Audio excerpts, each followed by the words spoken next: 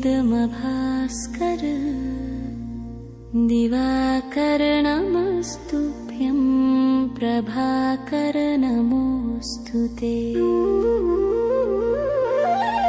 सप्ताश्वरथमारूढं प्रचण्डकश्यपात्मजं श्वेतपद्मधरं देवं तं सूर्यं प्रणमाम्यहम्।